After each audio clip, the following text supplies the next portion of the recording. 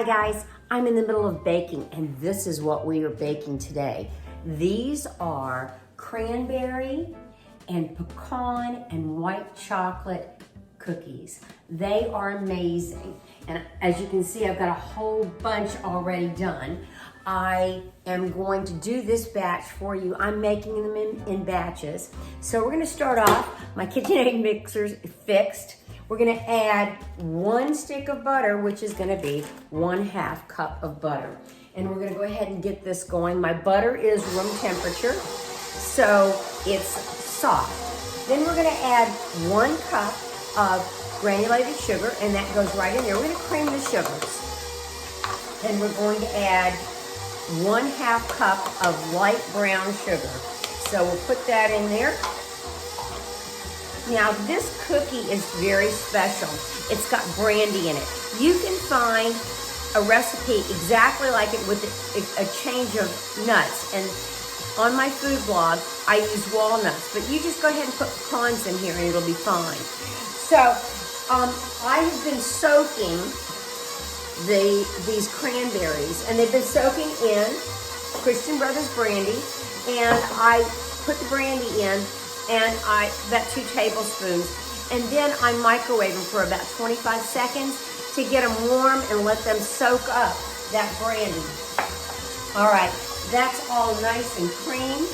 I'm gonna turn this off and scrape down the sides really quickly to make sure that all that butter is off the bottom.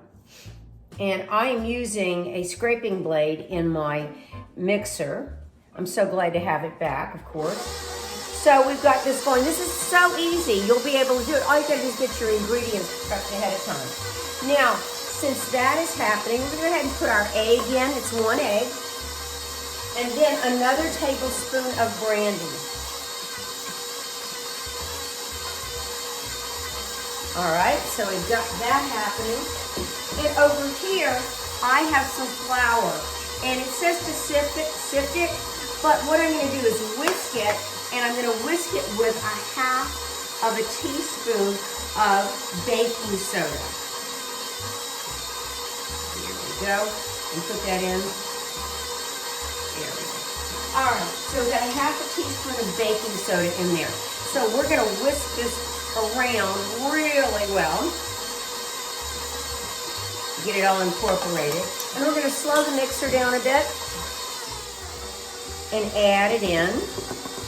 And we wanna make sure as we add it in that we don't lose a lot like I did just there. Let's go ahead and turn this off. There we go. And we're gonna turn it back on and make sure that it's all incorporated. Now this cookie is so delicious. Everybody loves it. And it really makes a nice little presentation. They are sweet, they're wonderful, melt in your mouth. Okay, we're gonna scrape the bowl down.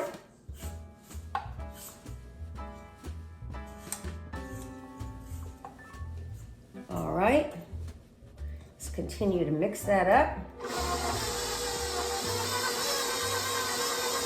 There we go. Oh, it's perfect. So, here's the next part. We're going to add the brandied cranberries. Now, I can also do this with cherries, the dried cherries. Excellent. So there they go. Here we go with 1 cup of white chocolate and 1 cup of pecans. Now I'm not chopping the pecans, the mixer's gonna do that for me.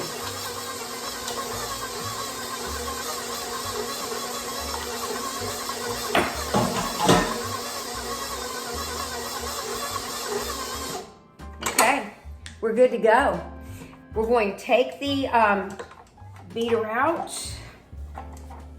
There we go, make sure we scrape it down. And using my little pampered chef, and I know that I use this thing all the time. It is really a handy little tool. Using my little pampered chef small scoop, I'm going to put it on a Silpat or a Silco, and I do 1 scoop basically for each cookie. And make sure I spread them out. So I get about 12 cookies on the sheet, maybe a little bit more, but you don't want to overcrowd them. You don't want them to run into each other.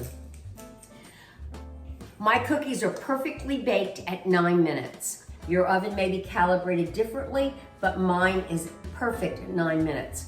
I take them out, I let them sit on the hot tray, on the baking tray for another minute, and then, as you see, I put them on my cooling rack, and they're good to go after that. So that's it. Enjoy one of these wonderful little cookies, and I think you'll make them for the holidays every year. Thanks for stopping in. Remember, get the basic recipe at www.cabeuser.wordpress.com. Thanks for stopping in.